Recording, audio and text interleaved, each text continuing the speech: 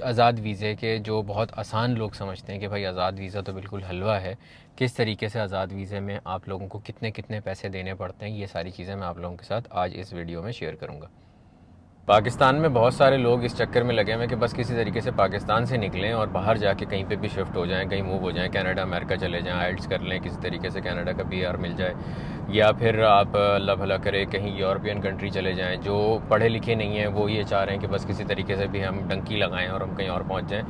उसका सबसे बड़ा मेन रीज़न ये है कि भाई किसी तरीके से भी बस जो पैसे हैं वो हम ज़्यादा बना लें, और जो पैसे हम बनाएं वो किसी तरीके से अपनी फैमिली के हालात चेंज कर दें और ज़्यादा पैसे बना लें। देखें, मुझे बाकी कंट्रीज़ का तो नहीं पता, मुझे यूरोपियन कंट्रीज़ का नहीं पता, मुझे कनाडा अमेरिका का नहीं पता, मुझे ये नहीं पता कि आप किस तरीके से जाके वहाँ पे आप सेटल हो सकते हैं, क्या कर सकते हैं। लेकिन मैं आप लोगों को ये गाइड कर सकता हूँ कि सऊदी अरब के अंदर क्या क्या ऑप्शंस हैं आपके यहाँ पे आके सेटल होने के। अच्छा, अब इसके अंदर बहुत सारी चीज़ें ऐसी हैं जो बहुत आम हैं, और वो चीज़ें बहुत सारी मिसकंसेप्शंस हैं, वो चीज़ें मैं इस वीडियो के अंदर कवर करूँगा, जिसके अंदर अल्लाह भला करे आपका जॉब वीज़ा होता है, एम्प्लॉयमेंट वीज़ा होता है, फिर आपका इन्वेस्टमेंट वीज़ा होता है, इन्वेस्टर का वीज़ा होता है। तीसरा जो सबसे आप ये कह लो कि गया गुज़रा ऑप्शन है वो है आज़ाद वीज़ा। और आज़ाद वीज़ा के ऊपर मैं बहुत डिटेल में बात करूँगा कि वो क्या होता है, किस तरीके से होता है, उसमें आपको क्या क्या मुश्किलात का सामना करना पड़ता है। प्लस ये कि अगर आप वहीं से पाकिस्तान से है या किसी और कंट्री से जॉब लगवा के ही ऑलरेडी यहाँ पे आते हैं कंपनी के वीज़े पे और यहाँ पे आके आप काम करते हैं, तो उसका क्या प्रोसीजर होता है, ये सारी चीज़ें मैं आप लोगों के साथ शेयर करता हूँ इस वीडियो के अंदर। लेकिन उससे पहले अगर आप लोग चैनल पे नए हैं और कहीं कभी किसी रात में बैठ के फ्रस्ट्रेट हो के ये सर्च कर रहे हैं कि पाकिस्तान से या इंडिया से या बांग्लादेश से कैसे बाहर निकलना है, और ये वीडियो आपके सामने आई है, तो ज़रा सब्सक्राइब के बटन को दबा दीजिए और लाइक कर दीजिए, क्योंकि इंशाअल्लाह ताला जल्द आपके हालात भी चेंज होने वाले हैं बिइज़्निल्लाह ताला। आप लोग कहाँ से देख रहे हैं मुझे प्लीज़ कमेंट करके ज़रूर बताइएगा, और ये ज़रूर बताइएगा कि आप लोगों को ये इस तरीके से कंटेंट कैसा लग रहा है। वीडियो शुरू करते हैं। अच्छा जी, अब सबसे पहले सवाल ये पैदा होता है कि अगर आपको कहीं किसी कंट्री से, फॉर एग्ज़ाम्पल पाकिस्तान से हम लेके चलते हैं कि पाकिस्तान से आपको आके सऊदीया के अंदर शिफ्ट होना है और यहाँ पे मूव होकर यहाँ पे अपनी ज़िंदगी बसानी है, तो आप किस तरीके से यहाँ पे आके रह सकते हैं। हम सबसे पहले लेते हैं वो वाला तबका जो बैचलर्स जिन्होंने किया हुआ है, मास्टर्स जिन्होंने किया हुआ है, मतलब जो पढ़े लिखे लोग हैं, प्रोफेसर्स हैं, इंजीनियर्स हैं, एमबीए किए हुए हैं, या फिर पायलट हैं, या डॉक्टर्स हैं, इस फील्ड में जो लोग हैं उनकी बात करते हैं। देखें, उसमें सबसे आसान और सबसे अच्छा और सबसे सुकून वाला ऑप्शन जो आप लोगों के पास है, हम सबसे एंड में आज़ाद वीज़े की बात करेंगे। अच्छा, तो इसमें जो ऑप्शन आप लोगों के पास है वो ये है कि आप वहाँ से बैठ के रिक्रूटमेंट कंपनीज़ को सर्च करें कि कौन सी रिक्रूटमेंट कंपनीज़ ऐसी हैं जो बाहर की मैन फोर्स को रिक्रूट कर रही हैं, और उसके बाद फिर वो वीज़ा वगैरह सारी चीज़ें दे के यहाँ पे उन आप लोगों को लेके आ रही हैं। इस चीज़ में एक चीज़ का बहुत ध्यान रखिएगा, बहुत ख्याल रखिएगा कि इसमें स्कैम्स बेइंतहा होते हैं। बेइंतहा स्कैम्स इस तरीके से होते हैं कि लोग आपको बताते हैं, फ़ेक आपको एम्प्लॉयमेंट लेटर बना के देते हैं, सब कुछ होता है। इस पर मैं आप लोगों के साथ एक किस्सा शेयर करता हूँ। मेरे एक कज़न है, फूफो के बेटे हैं, उनके पास पूरी प्रॉपर तरीके से जो है वो ऑफ़र आई। यहाँ की एक कंपनी है अलमराई के नाम से। अलमराई दूध और दही की कंपनी है यहाँ पे, जो दूध दही सप्लाई करती है और बहुत सारी उसकी बहुत सारी चीज़ें सब कुछ है। तो उनके पास उसकी ऑफ़र आई कि भाई हमारा आपको जो है अपॉइंटमेंट आपने अप्लाई किया हुआ था, तो हमने आपको अपॉइंट किया है अलमराई के लिए, और आपको हम वीज़ा भी देंगे और 1500 रियाल, पता नहीं 1800 रियाल तनख्वाह भी देंगे, सारी चीज़ें देंगे, और फिर उसके बाद हम आपको लेके चले जाएंगे सऊदीया, और वहाँ पे जाते ही साथ अगले दिन से आपका काम शुरू हो जाएगा। और बड़े मतलब सब्ज़ बाग दिखाना और सारी चीज़ें कि भाई आपको इंश्योरेंस भी दी जाएगी, आपको रहना सहना भी दिया जाएगा, फैमिली स्टेटस नहीं होगा क्योंकि लेबर का काम है। ये सारी बातें, थोड़ी सी तल्ख बातें, थोड़े से सब्ज़ बाग ये करते कराते फिर उसके बाद उन्होंने नेगोशिएट किया। नेगोशिएट करने के बाद वो आए 2500 रियाल पे कि भाई हम 2500 रियाल में डन हो गया, ठीक है भाई हम 2500 रियाल आपके। अब एक बंदा 2500 रियाल जो पाकिस्तान के अंदर रह रहा है, जिसके पास जॉब नहीं है, तो 2500 रियाल उसके हिसाब से बहुत अच्छी अमाउंट बन जाती है यार। 1000 रियाल की तकरीबन 75,000 रुपये बनते हैं, 2000 रियाल की तकरीबन 1.5 लाख रुपए बनते हैं। 1.5-2 लाख रुपए की नौकरी किसी को भी पाकिस्तान के अंदर बैठे हुए मिलती हुई कोई बुरी नहीं लगती, उसको ये होता है कि बस भाई यार ये पकड़ो। तो उन्होंने ये किया कि हाँ ठीक है, हम आपको वो करते हैं। अच्छा, जो दूसरी पार्टी थी जिसने ये उनको ऑफ़र करवाई थी, ये सारा कुछ करवाया था, तो उन्होंने क्या किया कि भाई हम आपको अल्लाह भला करे ये सारा ऑफ़र लेटर भी देते हैं, और टेस्टिमनीज़ के तौर पे उन्होंने जो है डिफरेंट लोगों की वीडियोस भी भेजी कि भाई ये वीडियोस देख लें कि भाई ये हमने इनको ऑलरेडी वीज़ा लगवा के दिया हुआ है और ये लोग अभी सऊदीया जाने वाले हैं और आप आराम से जाके सऊदीया के अंदर अपना काम कर सकते हैं। अच्छा, अब ये वाला सारा सिलसिला हुआ, उनको बड़ा यकीन हो गया कि यार हाँ बस ज़बरदस्त, ये तो बहुत अच्छा काम हो गया और सारा कुछ हो गया, मेरी जॉब लग गई, अब तो मैं बस जाऊँगा, वीज़ा लगेगा, पासपोर्ट भेजेगा तो और बस। लेकिन एंड में लाके उन्होंने एक शर्त ही रखी कि भाई आपने 60,000 रुपये हमें ट्रांसफ़र करने हैं, आपके वीज़ा प्रोसेसिंग वगैरह फ़ीस और टिकट जो है वो आपको कंपनी देगी, लेकिन 60,000 रुपये जो है वो आपकी एम्प्लॉयमेंट फ़ीस है और अल्लाह भला करे वीज़ा प्रोसेसिंग वगैरह ये सारी चीज़ें इसमें आपको लगेंगी। अच्छा, इत्तेफाकन उस दिन उन्होंने पैसे ट्रांसफ़र नहीं किए और उनका मेरे पास मैसेज आया कि भाई आप मुझे बताएं आप सऊदीया में रहते हैं और ये इस तरीके से मेरे पास यहाँ पे ये आया है और ऑफ़र आई है बड़ी अच्छी, 2,500 रियाल मुझे मिल रहे हैं और बताएं कि ये रहना वहना भी दे रहे हैं, इंश्योरेंस भी दे रहे हैं और सारा कुछ दे रहे हैं और पता नहीं कोई जगह बताई उन्होंने सऊदीया के अंदर कि इधर जाके हमारा काम होगा और हमें मेरी जो जॉब है वो लेबर की जॉब है कि बस चीज़ें उठा के रखनी होंगी और सारा लोड अनलोड वाला काम होगा, तो ये वाली सारी चीज़ें मुझे करनी होंगी, तो बताएं आप कि ये मैं कर लूँ या नहीं करूँ। तो मैंने कहा आप मुझे डॉक्यूमेंट्स भेजें, जब भाई वो उन्होंने जो डॉक्यूमेंट्स भेजे हैं आपको वो मुझे भेजें, क्या सिलसिला है उसका। अच्छा, अब जब उन्होंने मुझे डॉक्यूमेंट भेजा ना तो मतलब मैं देख के हैरान हो गया और मैं देख के बड़ा मतलब शॉक्ड हुआ कि यार किस लेवल के स्कैम्स हो रहे हैं, किस लेवल की स्कैम पे और 2 नंबरी का काम हो रहा है, किस तरीके से गरीब लोगों को लूटा जा रहा है और किस तरीके से ऐसे लोगों के साथ स्कैम किया जा रहा है जिनका बेचारों का ऑलरेडी, जिन लोगों के पास रोज़गार नहीं है, ऑलरेडी बेचारे जो परेशान हैं और रोज़गार की तलाश में हैं और उन लोगों को भरपूर करके लूटा जा रहा है। उस पेपर के ऊपर जो एम्प्लॉयमेंट लेटर उन्होंने भेजा था उसके ऊपर एक कोने में अपना अलमराई का लोगो लगा हुआ था और दूसरे कोने पे जवाज़ात का लोगो लगा हुआ था फॉर नो रीज़न। कभी भी किसी भी एम्प्लॉयमेंट लेटर के ऊपर जवाज़ात का लोगो नहीं होता। जवाज़ात जिसको नहीं पता मैं बता दूं, जवाज़ात होता है पासपोर्ट डिपार्टमेंट, जवाज़ कहते हैं पासपोर्ट को और जवाज़ात कहते हैं पासपोर्ट डिपार्टमेंट को, इमिग्रेशन या पासपोर्ट डिपार्टमेंट।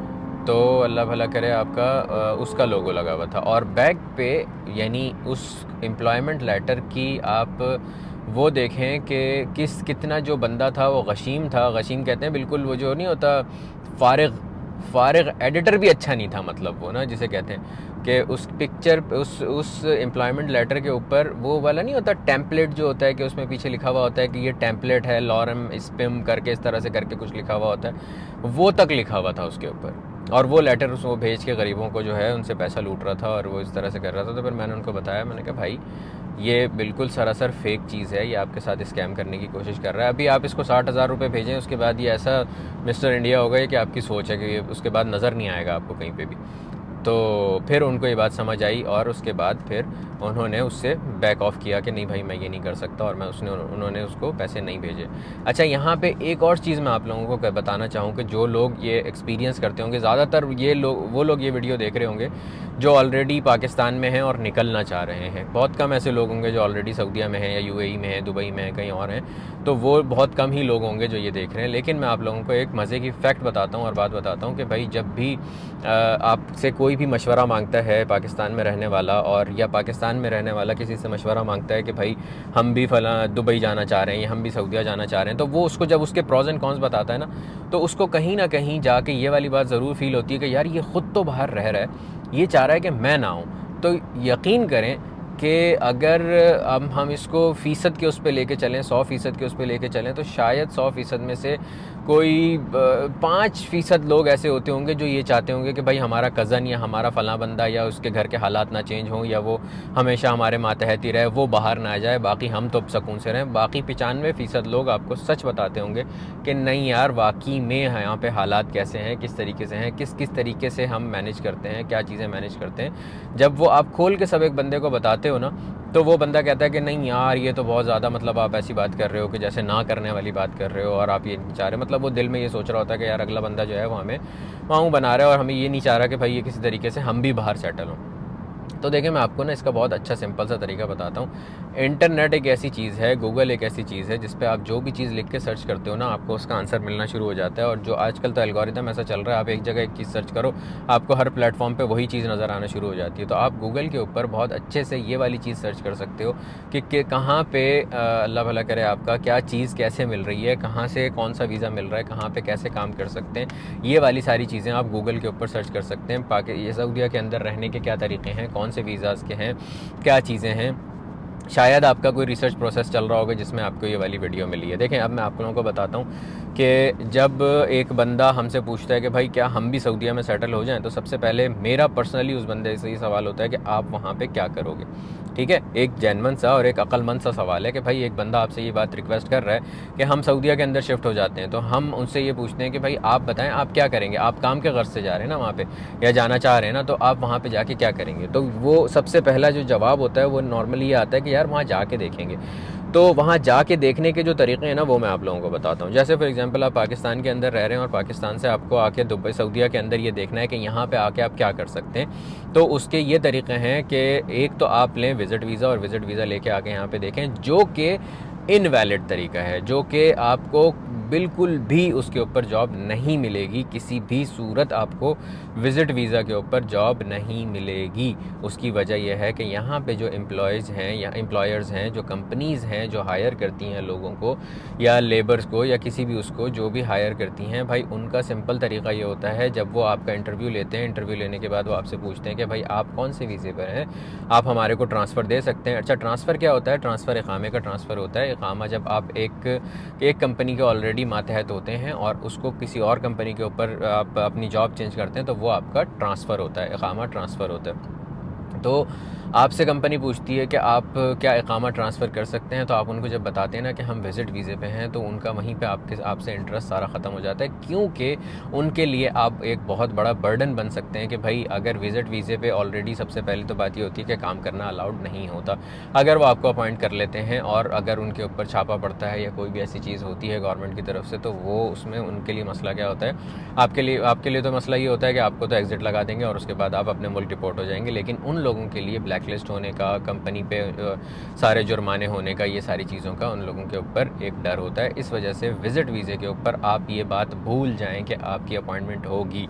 अच्छा भाई, अब आप ये कहें कि भाई दुबई में तो होती है। देखें, दुबई और जद्दा या सऊदीया दो अलग अलग जगहें हैं, दो अलग अलग मुल्क के अंदर ये जगहें हैं। जद्दा सऊदी अरब के अंदर है, दुबई यूएई के अंदर है। लेकिन बहुत सारे लोग इस चीज़ को मिक्स करते हैं कि दुबई, जद्दा, सऊदीया सब एक ही चीज़ है, एक ही जगह बना हुआ है। ऐसा नहीं है।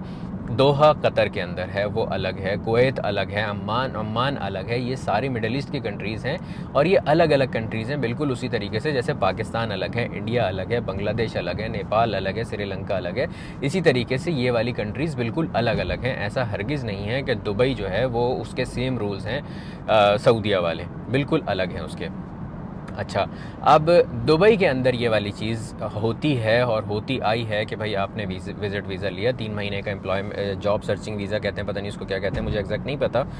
तो उसमें आप जाते हैं, वहाँ पे जाके आप दुबई में जॉब सर्च करते हैं और आपको बहुत सारे लोगों को मिल भी जाती है और वहाँ पे वो लोग अपॉइंट भी हो जाते हैं। दैन फिर उसके बाद उनकी कंपनी उनको वीज़ा देती है। वो वीज़ा लेके पाकिस्तान आते हैं या अपने मुल्क आते हैं और वहाँ से वो वीज़ा लगवा के दैन वापस जाते हैं अपना दुबई में प्रॉपर लीगल तरीके से काम करने के लिए। ठीक है, तो ये हो गया आपका विज़िट वीज़ा पे आके यहाँ पे जॉब ढूंढने का, जो बंदा हमें बताता है कि भाई हम वहाँ जाके देखेंगे। तो ये वाला तरीक़ा नहीं है कि आप यहाँ आके देखें और उसके बाद फिर आप ये डिसाइड करें कि आया हमने ये वाली जॉब करनी है या नहीं करनी है। ठीक है, अच्छा, फिर अल्लाह भला करे आपका आता है वो वाला सीन जो मैं आप लोगों को बता रहा था मास्टर्स और डॉक्टरेट वालों के लिए या बैचलर्स या इंजीनियर्स के लिए, कि भाई आप वहाँ से अपॉइंट होके आएँ। अब वहाँ से अपॉइंट होके आने का क्या तरीका है, उसके लिए कंपनीज़ होती हैं, उसके लिए बहुत सारी वेबसाइट्स हैं। जैसे फॉर एग्जांपल bait.com है, naukriGulf.com है, akhtabooth.com है। ये वाली वेबसाइट जो है मैं डिस्क्रिप्शन के अंदर भी डाल दूँगा। जॉब हंटिंग की वेबसाइट जो होती हैं उसमें आप जाके देख सकते हैं और वहाँ पे अपनी अच्छी प्रोफाइल बनाएं, लिंक्डइन के ऊपर अपनी प्रोफाइल बनाएं और उसके बाद वहाँ पे आप प्रॉपर अपना आप हर चीज़ अपडेट रखें, सारी चीज़ें अप टू डेट रखें। कहीं ना कहीं से आपको कोई ना कोई ऐसा एम्प्लॉयर ज़रूर मिलता है जिसको आप जैसे बंदे की ज़रूरत होती है, और अपने स्किल्स के ऊपर मुसलसल काम करते रहें कि भाई हमारी स्किल्स जो है वो इम्प्रूव होती है। होता है बहुत सारे ऐसे लोग होते हैं जो फ़ॉरेन बैचलर्स करके निकलते हैं, उनकी कहीं बाहर जॉब लग जाती है, लेकिन उनकी भी कहीं ना कहीं पीछे स्ट्रगल ऐसी होती है कि वो मुसलसल सर्च कर रहे होते हैं या अपनी स्किल्स पे काम कर रहे होते हैं, तो तब उस सूरत में उनको जाके वहाँ पे जॉब मिलती है। ऐसे ही नहीं मिल जाती, मतलब ओवरनाइट कुछ भी नहीं होता।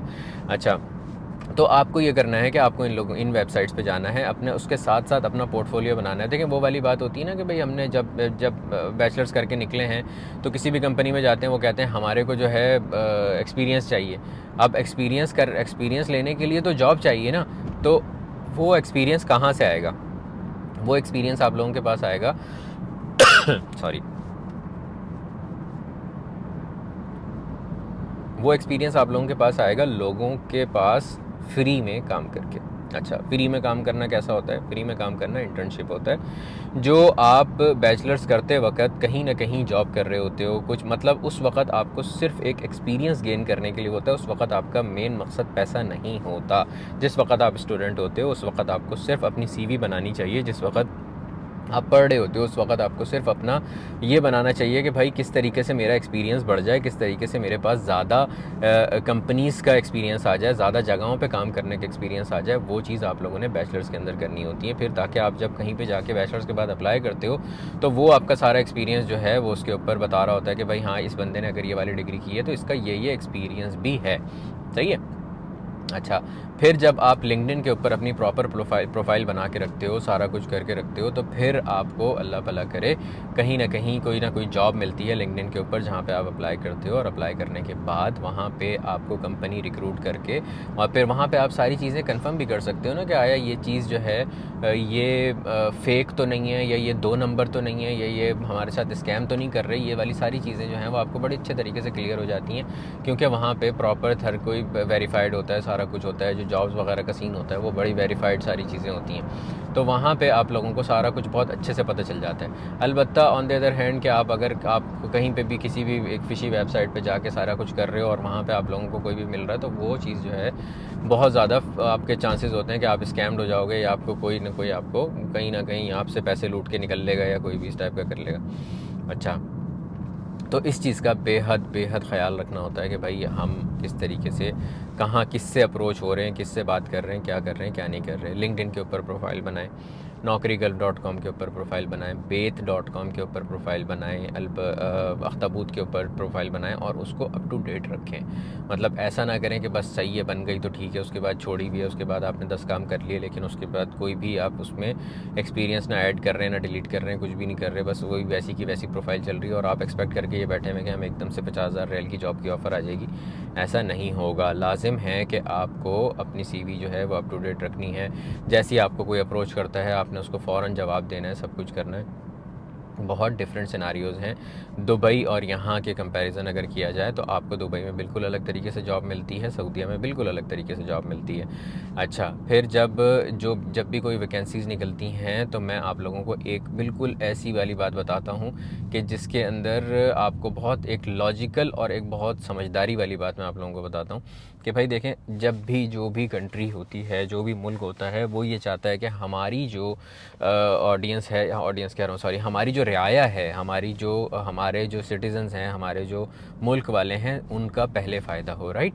अब जैसे यहाँ पे सऊदीया के अंदर बहुत सारी ऐसी जॉब्स हैं जो नॉन सऊदी नहीं कर सकते। फॉर एग्ज़ाम्पल मैनेजरियल पोस्ट की, जो मतलब हाई लेवल मैनेजमेंट जो है, प्लस बैंकिंग सेक्टर में जो है, अल्लाह भला करे आपका ये सुनार वगैरह की सारा जो है बिज़नेस है, गोल्ड का जो जितना बिज़नेस है, मोबाइल शॉप्स का जितना बिज़नेस है, ये सारा जो है, ये पूरी मार्केट जो है, पूरी टोटल 1 to ऑल जो है सऊदियों के हैंड ओवर है। और ये सऊदियों के अलावा इसमें कोई भी काम नहीं कर सकता। अब वो चाहे आप एज एन एम्प्लॉय काम करने की बात कर रहे हो, या फिर आप एज अ बिज़नेस ओनर करने की बात कर रहे हो, तो वो आप नहीं कर सकते। ठीक है। जैसे आप ये कहें कि भाई हमें कहीं किसी उस पे किसी कंपनी के अंदर मैनेजरियल लेवल पे मुझे जॉब करनी है, तो बहुत ही आपको ऐसा कम्पेटिटिव होना पड़ेगा जिसके अंदर आपका एक्सपीरियंस भी बहुत नेक्स्ट लेवल है, जिसमें आपका हर चीज़ बहुत नेक्स्ट लेवल है, तो तब आपको जाके कहीं फ़ौक़ियत मिलेगी। वरना यहाँ पे ज़्यादातर प्रायोरिटी जो होती है वो सऊदीज़ को होती है, जो कि सही भी है, क्योंकि हर बंदा या हर हाकिम ये चाहता है कि जो मेरी रियाया है वो इनेबल हो और वो अच्छे से काम करे। ठीक है। और जब से ये सऊदीज़ेशन का सीन स्टार्ट हुआ है, तब से हमने यहाँ पे ये देखा है कि बहुत ज़्यादा इम्प्रूवमेंट भी आई है, और बहुत ज़्यादा एक तरीके से आप ये कह लें कि काम में बहुत ज़्यादा मतलब सऊदीज़ेशन हुई है। और बहुत यहाँ पे ऐसा भी होता है कि जिस वक्त आप किसी जॉब का ऐड देखते हैं, आप सर्च करके देखिएगा गूगल के ऊपर, मेरी बहुत सारी बातें जो हैं आप लोगों को ऐसी लग रही होंगी कि नहीं यार मैं एम ही बात कर रहा हूँ, लेकिन ऐसा नहीं है। आप लोगों को बहुत सारी बातों का बिल्कुल वेरीफाइड 4-5 सोर्सेज से वो मिल जाएगा कि हाँ यार ये बात सही है। कि जब जॉब आप कहीं पे उसका ऐड देख रहे होते हैं तो उसमें बहुत बड़े बड़े अल्फाजों में ये लिखा हुआ होता है कि ओनली फॉर सऊदीज़, ठीक है, कि यहाँ पे सिर्फ सऊदीज़ अप्लाई कर सकते हैं और सऊदीज़ के अलावा अगर कोई अप्लाई करेगा तो वो कंसीडर नहीं की जाएगी। सही है। तो आपको बहुत ज़रूरी है कि आप ये चीज़ पे जहन में रखें, ये चीज़ को जहन में रखें कि भाई बहुत सारी ऐसी पोजीशंस हैं जो कि आपके लिए नहीं हैं, वो ओनली फॉर सऊदीज़ हैं, ठीक है। अच्छा, और यही चीज़ इस वक्त आप रिसर्च कर रहे होंगे, तब आप ये देखेंगे कि हाँ भाई कौन सी ऐसी पोजीशन है जो कि ओनली फॉर सऊदीज़ है और नॉन सऊदीज़ के लिए नहीं है। अच्छा, अब स्टार्ट करते हैं, बिल्कुल जैसे कह लें कि बेसिक लेवल की जॉब या कोई इस तरह की जॉब के जहाँ पे आप फ्रेशर आके ज्वाइन कर सकें, तो वो वाली जॉब सर्च करने के लिए भी अगेन आपको लिंक्डइन हो गया, आपका अल्लाह भला करे ये बेद.com हो गया या अदर दूसरी वेबसाइट्स हो गई, रिक्रूटमेंट वेबसाइट्स, उन पे जाके आप आराम से सर्च कर सकते हैं कि भाई किस तरीके से वो जॉब आप लोगों को मिलेगी। अच्छा, तो बात ये हो रही थी कि आप लोग किस तरीके से अप्लाई कर सकते हैं और आ सकते हैं यहाँ पे अगर आप अच्छे पढ़े लिखे आदमी हैं। अब बात आती है यहाँ पे सऊदीया के अंदर, अगर आपको इन्वेस्टर का वीज़ा लेना है, ठीक है, इन्वेस्टमेंट करनी है और इन्वेस्टर का वीज़ा लेना है, जो कि आजकल बहुत ज़्यादा बूम पे है, तो डिस्क्रिप्शन में मैं एक लिंक दूंगा, आप लोग उस पर क्लिक करके वहाँ से उस बंदे से कंसल्टेंसी ले सकते हैं सारी चीज़ों की, कि किस तरीके से आप लोग यहाँ पे पूरी इन्वेस्टमेंट कर सकते हैं, कैसे आप लोग यहाँ पे वीज़े, इन्वेस्टर के वीज़े पे आ सकते हैं और इन्वेस्टर के वीज़े के आने के बाद आप यहाँ पे अपना बिज़नेस रन कर सकते हैं, आया वो सर्विसेज वाला बिज़नेस हो, प्रोडक्ट्स वाला बिज़नेस हो, और या फिर ऐसा हो कि आपको अपना रेस्टोरेंट बनाना है या कोई भी काम करना है, उस चीज़ से रिलेटेड आपको जो है वो सारी डिटेल्स मिल जाएंगी इंशाअल्लाह ताला। आप उस बंदे से रब्ता कर लीजिएगा, आपको ये सारी डिटेल्स मिल जाएंगी, लिंक मैं डाल दूँगा डिस्क्रिप्शन के अंदर। अच्छा, तीसरा ऑप्शन जो कि मैं कभी भी रिकमेंड नहीं करता और जिसका मतलब एक तरीके से ये कह लें कि कोई भी वजूद नहीं है लीगली, और लाजिम है कि आप प्रॉपर किसी तरीके से कहीं पे किसी के पास अपॉइंट हो के यहाँ पे आएँ सऊदी के अंदर, तो वो तीसरा तरीका है आज़ाद वीज़ा। अच्छा, अब मैं आपको सबसे पहले कुछ टर्म्स बताता हूँ जिसमें जो आगे जाके अभी आपके काम आएंगे और जो आगे जाके जिस पे हम डिटेल में थोड़ा सा और बात करेंगे कि वो टर्म्स क्या हैं, किस तरीके से हैं। सबसे पहले तो होता है एक चीज़ जिसको कहते हैं, एक इंसान जिसको कहते हैं कफ़ील। कफ़ील कौन होता है? जिसके नाम पे वीज़ा निकलता है, जिसके नाम का वीज़ा होता है, आया उसकी कंपनी के नाम का होता है, उसके मौससे के नाम का होता है। मौससा होता है सोल प्रॉपर्टीशिप, मतलब जिसका एक ही ओनर होता है। शिरका होता है जिसके अंदर डिफरेंट लोग जो हैं वो शरीक होते हैं। शिरका शरीक से है, शरीक से मुराद के मतलब पार्टनर्स होते हैं, वो शिरका होता है। फिर उसके बाद अल्लाह भला करे वीज़ा होता है उसका, और जो शख्स जो भी वो वीज़ा लेके आता है और वो उस कंपनी के नाम पे होता है या उस शख्स के नाम पे होता है, वो उसका कफ़ील होता है। अच्छा, फिर आता है एक चीज़, उसको कहते हैं मकतब अमल। मकतब अमल होता है मिनिस्ट्री ऑफ लेबर, ठीक है, मिनिस्ट्री ऑफ लेबर होती है, उसकी सालाना फ़ीस होती है। अच्छा, वो आपको पे करनी होती है, सारा कुछ होता है, वो भी मैं भी आप लोगों को डिटेल में बताता हूँ कि उसका क्या सिलसिला होता है, कौन सी फ़ीस। आज़ाद वीज़े के जो बहुत आसान लोग समझते हैं कि भाई आज़ाद वीज़ा तो बिल्कुल हलवा है, किस तरीके से आज़ाद वीज़े में आप लोगों को कितने कितने पैसे देने पड़ते हैं, ये सारी चीज़ें मैं आप लोगों के साथ आज इस वीडियो में शेयर करूँगा। आज़ाद वीज़े में एक हमने मकतब अमल की बात की, हमने कफ़ील की बात की, हमने तामीन तिब्बी होती है, तामीन तिब्बी कहते हैं हेल्थ इंश्योरेंस, हेल्थ इंश्योरेंस की बात की कि ये जो मैं टर्म्स आपको अभी बता रहा हूँ ये हैं। फिर उसके बाद अल्लाह भला करे आपका रिन्यूअल फ़ीस होती है, इकामा रिन्यूअल फ़ीस होती है, ठीक है। ये सारे एक्सपेंसेस जो हैं मैं आपको इस बात टॉपिक के, इस आज़ाद वीज़े के टॉपिक के एंड में बताता हूँ, लेकिन उससे पहले मैं आपको एक्सप्लेन करता हूँ कि आज़ाद वीज़ा नॉर्मली होता क्या है, आज़ाद वीज़े का तरीक़ा क्या है, आज़ाद वीज़ा किस तरीके से काम करता है।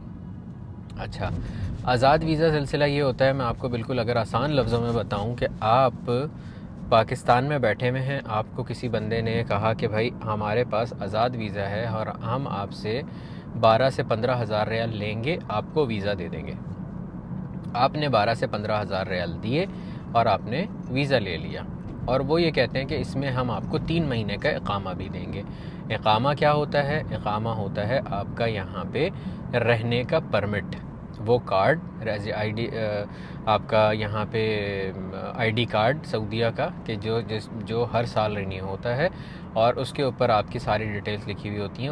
उसका जो नंबर होता है, उस नंबर की बेसिस पे आपका सारे काम होते हैं। जैसे आपको सिम लेनी है, आपका अकाउंट नंबर, आपका बैंक में अकाउंट खुलवाना है, जो भी कुछ करना है, सारी चीज़ें उसकी बेसिस पे होती हैं। उस अकामे के नंबर पे अकामा होता है वो, ठीक है।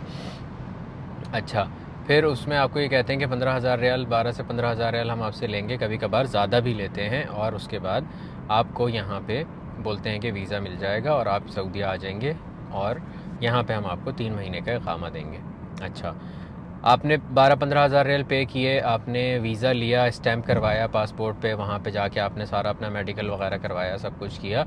सारा कुछ करवाने के बाद आप लोग सऊदी अरब पहुँच गए। सऊदी अरब पहुँचने के बाद यहाँ पे आपसे जैसा कमिट किया होता है कि भाई हम आपको 3 महीने का वीज़ा भी देंगे, 3 महीने का इकामा भी देंगे, तो 3 महीने का आपको इकामा मिल जाता है। अब लोग आज़ाद वीज़ा क्यों लेते हैं कि भाई हम आज़ाद वीज़े पे जाएंगे और जाके वहाँ पे जॉब ढूंढेंगे, ठीक है, और जॉब जैसी ही हमें मिलेगी हम तनाजुल ले लेंगे। What is तनाजुल? तनाजुल कहते हैं ट्रांसफ़र को, ट्रांसफ़र ऑफ एम्प्लॉयरशिप, कि भाई अगर आप एक कंपनी के नाम पे आए थे, आप उसके नाम पे आके आपने अपनी जॉब सर्च की, जॉब सर्च करने के बाद जब आपको जॉब मिल गई तो फिर आपने जिस कंपनी के पास जॉब कर रहे थे उस पर तनाजुल ले लिया, ट्रांसफ़र करवा लिया अपना इकामा। अब आपका जो नया एम्प्लॉयर है वो आपका कफ़ील है। अच्छा भाई, तनाजुल के क्या तरीक़ा होता है, क्या पैसे होते हैं भाई? पहली दफ़ा जब आपका नया वीज़ा होता है, पहली दफ़ा आपका ट्रांसफ़र फ़ीस जो है वो होती है 2,000 रियाल, सही है। 2,000 रियाल आप पे करके और अपना तनाजुल करवा सकते हैं। फिर उसके बाद अगर आप वहाँ उस कंपनी में समझ नहीं आता, कुछ नहीं होता, फिर आप किसी और कंपनी पे जाते हैं तो वो आपकी 4,000 रियाल हो जाती है। अच्छा भाई, फिर वहाँ पे आप ट्रांसफ़र करना चाहते हैं, डिफरेंट किसी कंपनी के ऊपर जाना चाहते हैं, तो वो आपकी ट्रांसफ़र फ़ीस जो है 4,000 से 6,000 रियाल हो जाती है। और उसके बाद आप जितने भी तनाजुल करवाएं ये 6,000 रियाल ही रहती है। ये सारी वो इन्फॉर्मेशंस हैं जो मैं आज की डेट से रिलेटेड आपको बता रहा हूँ। आगे जाके इसमें अगर कोई भी चीज़ चेंज हो जाती है तो आप अपनी रिसर्च करके और सारी चीज़ें डन करके देन फिर उसके मुताबिक फ़ैसला लीजिएगा। अच्छा, फिर आप यहाँ पे आ गए, आपको 3 महीने का इकामा बना के देने की कमिटमेंट होती है उस बंदे की जो आपको ये वीज़ा बेच रहा होता है। मोस्ट ऑफ़ द टाइम ये होता है कि आप यहाँ पे आके रुल रहे होते हो कि बस किसी तरीके से मेरा इकामा बन जाए, और वो इकामा बन के नहीं दे रहा होता। जब आपका इकामा बन के नहीं दे रहा होता तो आप बाहर नहीं निकल पा रहे होते, आप अपनी सिम नहीं ले पा रहे होते, आप कोई भी चीज़ नहीं कर पा रहे होते, और आप एक तरीके से बीच में अटके हुए होते हो कि ना आपको नई जॉब मिल रही है, ना पुराना वाला जो आपका कफ़ील होता है वो आपको ये सारी चीज़ें करके दे रहा होता है। फिर जैसे कैसे करके अगर आपका वो सारा कुछ हो जाता है सऊदी लॉ के मुताबिक, इसमें मैं यहाँ पे एक चीज़ ऐड करता चलूँ कि भाई सऊदी लॉ के मुताबिक आपके लिए बहुत ज़रूरी है कि आप जो आपका कफ़ील हो आप उसके पास काम करें। जो आपका कफ़ील नहीं है आप उसके पास काम नहीं करते तो वहाँ पे आपके ऊपर जुर्माना हो सकता है, वहाँ पे उस कफ़ील के ऊपर जुर्माना हो सकता है, और वहाँ पे ये सारी चीज़ें आ सकती हैं कि वो आपको सैलरी आपके अकाउंट में ट्रांसफ़र नहीं कर सकता क्योंकि आप उसके एम्प्लॉय नहीं हैं। ये सारी चीज़ें देख के अगर गवर्नमेंट को ये पता चल जाती है तो आपको इस चीज़ का जुर्माना भरना पड़ता है, जो कि अच्छा खासा अमाउंट होती है, और बाज़ केसेस में आपको डिपोर्टेशन भी फ़ीस फेस करनी पड़ती है। डिपोर्टेशन क्या होती है वो भी मैं अभी आप लोगों को आगे जाके बताता हूँ। अच्छा, उसके बाद आप यहाँ पे आए, आपने यहाँ पे आने के बाद सारा कुछ किया, सारा आपको शायद आपके हिसाब से आपको जॉब मिल गई। अब जॉब मिलना, यहाँ आके ढूंढना, यहाँ पे काम हर जगह की तरह यहाँ पे सबसे पहले तो काबिलियत, उसके बाद रेफरेंस, और उसके बाद फिर आपके ताल्लुकात, ये सारी चीज़ें, और बहुत सारी चीज़ों में ये मैटर करता है कि आपको अरबी आती है या नहीं आती, ठीक है। जैसे कैसे करके आप हाजा हुजा करके किसी न किसी तरीके से आप अरबी सीख लेते हो, वो मुश्किल तमाम, लेकिन यहाँ पे जो अरबी चलती है वो वाली अरबी अगर आपको नहीं आती तो बहुत मसले की बात हो सकती है। हाँ, आजकल नया दौर है, नए तरीके से सारा कुछ हो रहा है, लोग इंग्लिश में बात करते हैं, इंग्लिश चलती है, ठीक है, ये सारी चीज़ों से मैं एग्री करता हूँ, लेकिन आज़ाद वीज़ा एक ऐसी चीज़ है जिसके ऊपर गारंटी नहीं है कि यहाँ पे आप आके आपकी जॉब लगेगी या नहीं। अगर in case with in 3 months आपकी जॉब लग जाती है तो बहुत ही अच्छी बात है, ठीक है, कि भाई हमारी जॉब हो गई, हमने ट्रांसफ़र ले लिया, तनाज़ुल ले लिया और हमने सुकून से अपनी कंपनी में जॉब शुरू कर दी। अब हमें वहाँ से सैलरी भी मिल रही है, अब हम वहीं पे काम कर रहे हैं जिस कंपनी के नाम पे हम हैं। और इन केस जो कि ज़्यादातर होता है, जिसकी मैं आपको ये सारी बातें उस बेस पे कर रहा हूँ कि मैंने यहाँ पे ये सारी चीज़ें होती हुई देखी हैं, और मेरे पास अक्सर लोग मैसेज करके मुझे ये वाली बात बताते हैं कि यार ये इस तरीके से हो रहा है, हमारे को जॉब ढूंढ दें, हमारे पास जॉब नहीं है, हम फ़लाँ इतने टाइम से इसके लिए आए हुए हैं, जॉब के लिए आए हुए हैं, आज़ाद वीज़े पे आए हुए हैं, लेकिन हमारे पास जॉब नहीं हो रही। मैं उन बेसिस पे आप लोगों को ये वाली सारी बातें बता रहा हूँ कि यहाँ पे बहुत सारे लोग इस चक्कर में रुलते हैं कि वो आज़ाद वीज़ा लेके आ जाते हैं। फिर क्या होता है कि अगर 3 महीने में आपको जॉब मिल गई तो बेस्ट है, आपके 12 नहीं आ रहे हैं। अगर नहीं मिली, मोस्ट ऑफ द केसेस अगर नहीं मिली, या आप ये सोच के आए थे कि भाई हम हवाई रोज़ी जो भी हमें काम मिलेगा हम कर लेंगे, हम मजदूरी कर लेंगे, हम फलां काम कर लेंगे, ढिकां काम कर लेंगे, तो आप डर डर के काम करते रहोगे कि कब छापा पड़े, कब मैं पकड़ा जाऊं, कब क्या हो, तो आप उस डर में ही रहोगे मुसलसल। और इन केस अगर आपकी जॉब नहीं लगती तो मैं आपको बताता हूँ कि आपकी जान पे क्या क्या ख़र्चे हैं। एग्जैक्ट 1 साल पूरा होने के बाद, 12 महीने पूरे होने के बाद आपकी जान पे किस किस्म के ख़र्चे हैं जो आपको एनी कॉस्ट पे करने ही करने हैं। ठीक है, देखें भाई, छोटे ख़र्चे से स्टार्ट करते हैं। सबसे पहले आपकी इकामा की रिन्यूअल फ़ीस है, जो कि है 650 रियाल। आप इसको अपने पास कहीं अगर पेपर पेन पे लिखते रहें तो आपको अंदाज़ा हो जाएगा कि मैं कितने पैसों की बात कर रहा हूँ। 650 रियाल आपने लिख लिया रिन्यूअल। अच्छा, इसके ये मैं इस टॉपिक पे आता हूँ पेमेंट पे। इससे पहले मैं आपको एक और बात बताता हूँ कि अगर आप शादीशुदा हैं और आपके बच्चे भी हैं और आपको अपनी फैमिली बुलानी है, तो यहाँ पे एक चीज़ होती है इकामे का महना कहते हैं उसको। महना होता है प्रोफेशन, कि आप किस प्रोफेशन के वीज़े पे यहाँ पे आए हैं, किस प्रोफेशन पे आप यहाँ पे आए हैं और आपके इकामे के ऊपर आपका प्रोफेशन क्या है। कुछ प्रोफेशंस ऐसे हैं जिनके ऊपर फैमिली इकामा अप्लाई करना अलाउड नहीं है, आप फैमिली नहीं बुला सकते जिसके ऊपर। ठीक है, कुछ लेबर या हाउस लेबर या ऐसे जो वो होते हैं, उनके ऊपर आपका फैमिली वीज़ा नहीं निकलता। अच्छा, कुछ प्रोफेशंस ऐसे हैं जिस पे आपका फैमिली वीज़ा निकलता है, जैसे मार्केटिंग स्पेशलिस्ट हो गया, इंजीनियर का वीज़ा हो गया, लेकिन उसके लिए आपके पास शर्त ये होती है कि आपका जो प्रोफेशन होता है उसी से रिलेटेड आपके पास डिग्री होनी चाहिए, तब आप जाके इस्तिक़दाम वो वाला इदारा है जहाँ पे आप फैमिली का वीज़ा निकालते हैं, वहाँ पे जाके आप अप्लाई करते हैं, और फिर उसके बाद वो दोनों चीज़ें मैच होती हैं आपस में कि आया आपके पास जो डिग्री है वही आपका प्रोफेशन है, देन आप अपनी वाइफ का या अपने वाइफ और अपने बच्चों का वीज़ा जो है, वीज़ा मतलब इकामा जो है, वो निकाल सकते हैं। मैं विज़िट वीज़े की बात नहीं कर रहा हूँ, मैं परमानेंट रहने की और इकामे से रिलेटेड बात कर रहा हूँ कि आप अपनी फैमिली का जो इकामा है वो इस तरीके से निकाल सकते हैं जब आपका प्रोफेशन अच्छा हो और आपका अल्लाह भला करे डिग्री जो है वो प्रोफेशन के साथ मैच करती हो।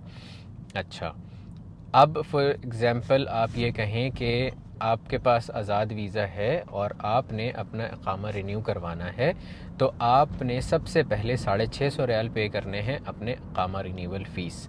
ये वो फ़ीस है कि अगर आप कहीं जॉब कर रहे हों, मैं आपको अभी ये सारी बातें इसलिए बता रहा हूँ, और वो बता रहा हूँ कि अगर आप कहीं जॉब कर रहे होते तो आपकी ये सारी फ़ीसेस जो हैं वो आपकी कंपनी पे करती। ठीक है, सबसे पहले आपकी इकामा रिन्यूअल फ़ीस है 650 रियाल, वो आपने पे करनी है। दूसरा, आपको अपनी मेडिकल इंश्योरेंस पे करनी है। ठीक है, मेडिकल इंश्योरेंस एक आदमी की मिनिमम स्टार्ट होती है 450 से 500 रियाल से, और अगर एज बढ़ती है या अगर कोई बीमारी होती है या कोई इस टाइप का सीन होता है तो वो टाइम के साथ साथ बढ़ती चली जाती है। यार, मैं इस वीडियो में आप लोगों से ये वाली बात अर्ज़ करूँगा कि अगर आप लोगों को कोई भी बात गलत लगे या कोई ऐसी बात हो जो मेरे मुंह से गलत निकले, तो काइंडली उसको करेक्ट कीजिएगा कि यार ये बात ऐसी है, ये बात ऐसी नहीं है। ठीक है, अच्छा, फिर आप सबसे पहले भरते हैं 650 रियाल, फिर अल्लाह भला करे हम मान के चलते हैं कि चले 500 रियाल में आपकी इंश्योरेंस हो जाएगी, आप 500 रियाल इंश्योरेंस के पे करते हैं अपने। उसके बाद आपको जो सबसे बड़ी फटकी लगती है वो होती है मकतब अमल की फ़ीस। मकतब अमल क्या है? Ministry of labour. मकतब अमल का लाइसेंस आपका 1 साल का रिन्यू होता है, और उसको रिन्यू करवाने के लिए आपको पे करने पड़ते हैं 9,700 रियाल। ठीक है, 9,700 रियाल आप पे करते हैं, और उसके बाद फिर आपका जो कफ़ील होता है, जो आपको ये इजाज़त देता है लीगली तरीक़े से कि भाई आप कहीं पे भी जाके काम कर लें और आप मेरी कफ़ाला में रहें और आप हवाई रोज़ी कहीं पे भी काम कर लें, तो वो मंथली आपसे चार्ज करता है मिनिमम 300, 350, 400 रियाल मंथली आपसे वो चार्ज करता है। ठीक है, जो कि लमसम बनते हैं 4,000 रियाल सालाना। 4,000, 4,000, 4,500 रियाल आपके सालाना बनते हैं। अब आप काउंट करें, 4,500 आपके कफ़ील के हो गए, 9,700 आपके अल्लाह भला करे मकतब अमल के हो गए। ठीक है, 13,000 समथिंग, तकरीबन 14,000 रियाल ये हो गए आपके सीधे सीधे। फिर उसके बाद अल्लाह भला करे आपके 650 रियाल इक़ामा रिन्यूअल फ़ीस है, 650 रियाल आप इसके अंदर ऐड करें तो आपके ये हो गए 14,500, 15,000 रियाल। फिर आपकी इंश्योरेंस के 500 रियाल हो गए, 15,500 रियाल हो गए। ये आपकी 12 महीने की सऊदीया के अंदर लीगल रहने की वो फ़ीस है जो आप आज़ाद वीज़ा के ऊपर पे करते हैं। जो अगर आप किसी कंपनी के वीज़ा पे आके उनके पास जॉब करेंगे अपनी सैलरी लेते हुए, तो ये वाली फ़ीस आपकी जो है वो आपकी कंपनी पे करेगी आपके लिए। समझ रहे हैं? ये आपको ख़ुद नहीं पे करनी होगी। अलबत्ता आप अगर आज़ाद वीज़े पे हैं तो आपको ये फ़ीस अपने लिए ख़ुद पे करनी होगी, जो कि बहुत ज़्यादा है, 15,000 रियाल। ठीक है, एक अकामा रिन्यू करवाने के लिए। अगर आपको ये, फिर उसके बाद इसके अंदर अभी मैंने रिहाइश नहीं लगाई, इसके बाद मैंने इसके अंदर खाना पीना नहीं लगाया, रोज़ का खाना पीना ख़र्चा आपका, छोटर पोटर छोटी मोटी रोज़ की रोटी, दूध, दही, ये सारी चीज़ें नहीं लगाई। अभी आपने अपनी फैमिली नहीं बुलाई। इन केस अगर आप फैमिली बुलाते हैं तो एक फैमिली मेम्बर का इक़ामा रिन्यूअल की जो फ़ीस है वो तकरीबन डिपेंडेंट फ़ीस जो है वो एक महीने की 400 रियाल है, और अगेन आप उसको मल्टीप्लाई बाय 12 कर लें तो 4,800 रियाल ये आपकी सीधी सीधी बन जाती है, जो आपने पर डिपेंडेंट अपने पे करनी है। और डिपेंडेंट कौन है? वो आपकी वाइफ हैं, वो आपकी वाइफ हैं, वो आपके बच्चे हैं। ठीक है, आज जितने बच्चे होंगे उतने मल्टीप्लाई बाय वाइफ को मिला के, अगर आपके 4 बच्चे हैं तो आप 4,800 मल्टीप्लाई बाय 5 कर लें, ये आपने पे करनी है। कुछ कंपनीज़ जो हैं जिनमें जॉब्स बहुत अच्छी होती हैं या उनके पैकेजेस बहुत अच्छे होते हैं, वो आपकी डिपेंडेंट फ़ीस वगैरह पे करती हैं आपकी फ़ैमिली की। और कुछ कंपनीज़ जो हैं, वो ज़्यादातर कंपनीज़ जो हैं वो ये पे नहीं करती हैं, और कुछ कंपनीज़ पे करती हैं। और इंश्योरेंस जो है वो भी आपको अपनी फैमिली की करवानी होती है, जिसमें बच्चों की और बड़ों की। औरतों की इंश्योरेंस जो जवान एज है, जैसे फॉर एग्ज़ाम्पल आप कह लें कि 17-18 से लेके तकरीबन 35-40 तक की एज तक, उनकी इंश्योरेंस मिनिमम जो स्टार्ट होती है वो 1,800, 1,900, 2,000 रियाल से स्टार्ट होती है। तो आप इस हिसाब से अंदाज़ा लगा लें कि आपको अपनी वाइफ की, अपने बच्चों की, सबकी इंश्योरेंस भी करवानी है, उनकी डिपेंडेंट फ़ीस भी पे करनी है, और उसके बाद फिर आप इस वर्गे होंगे कि आप अकामा अपना रिन्यू करवा सकें। अब अकामा रिन्यू करवाने का क्या फ़ायदा है भाई? अकामा रिन्यू करवाने का फ़ायदा ये है कि आपके जो बैंक अकाउंट्स हैं वो डॉर्मेंट नहीं होंगे, आपके जो आप सिम ले सकते हैं अपने नाम पे, हर आप कोई भी चीज़ वो कर सकते हैं। ये वाला आपका वो है, आप सफ़र पे जा सकते हैं। आपका काम एक्सपायर होगा तो आप सफ़र पे भी नहीं जा सकते। ठीक है, तो सबसे बड़ी चीज़ ये है आज़ाद वीज़े के अंदर कि आज़ाद वीज़े में आप लोगों को ये वाली सारी चीज़ें मद्देनज़र रखते हुए इस पे फ़ैसला लेना होता है। जो कि मुझसे कभी भी कोई भी पूछता है तो मैं उसको सीधा सीधा ये वाली बात करता हूँ कि अगर आपको 3 महीने में जॉब मिल गई तो आपके बारे नहीं आ रहे हैं, ठीक है, आप ट्रांसफ़र ले लोगे, आपका सारा काम कंपनी करेगी। अगर आपको जॉब नहीं मिली, जो कि मोस्ट ऑफ द केसेस में होता है, और लोग रुल रहे होते हैं और मैसेजेस कर रहे होते हैं कि यार देख लें, कहीं कहीं से हमारा रेफरेंस लगवा दें, कोई जॉब लगवा दें, तो आपने देखा होगा अक्सर पेज के ऊपर भी मैं बहुत सारे लोगों का वो शेयर करता हूँ कि भाई इनको जॉब की ज़रूरत है, इनको जॉब दिलवा सकते हैं तो दिलवा दें। तो इसी तरीके से वो लोग होते हैं जो आज़ाद वीज़े के ऊपर होते हैं और जो यहाँ पे एक तरीके से रुल रहे होते हैं, और एंड ऑफ द डे ये होता है कि भाई किसी तरीके से फिर उनको या तो यहाँ से जाना होता है या एग्ज़िट लेना होता है या जो भी करना होता है। मतलब उनकी सारी चीज़ें जो हैं वो डिस्टर्ब हुई होती हैं, जस्ट बिकॉज़ कि वो उनको ये सारी चीज़, और आप कहीं पर जॉब भी नहीं मिल रही होती क्योंकि आप किसी और कफ़ील के नाम पर होते हो। तो ये वाला सारा सीन जो है ये बहुत ही ख़तरनाक किस्म का हो रहा होता है, और बंदे को जॉब नहीं मिल रही होती है और वो परेशान ही रहता है कि यार मैं किस तरीके से ये सारी चीज़ों को हैंडल करूं। समझ रहे हैं?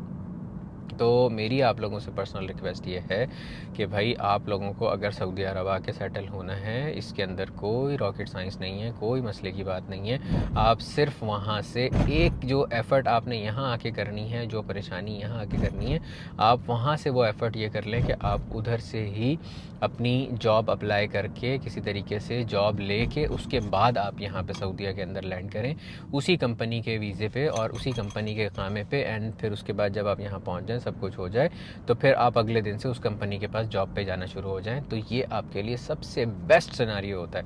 हाँ, आपने अगर इन्वेस्टर वीज़ा लेना है, वो करना है, वो बिल्कुल एक अलग सिनेरियो है, वो बिल्कुल अलग चीज़ है। उसकी कंसल्टेंसी बिल्कुल एक अलग बंदा करता है, वो मैं आप लोगों को डिस्क्रिप्शन में उसका बता दूँगा, आप उससे पूछ सकते हो सारी चीज़ें। और अल्लाह भला करे आपका। ये वाला सारा सिचुएशन है।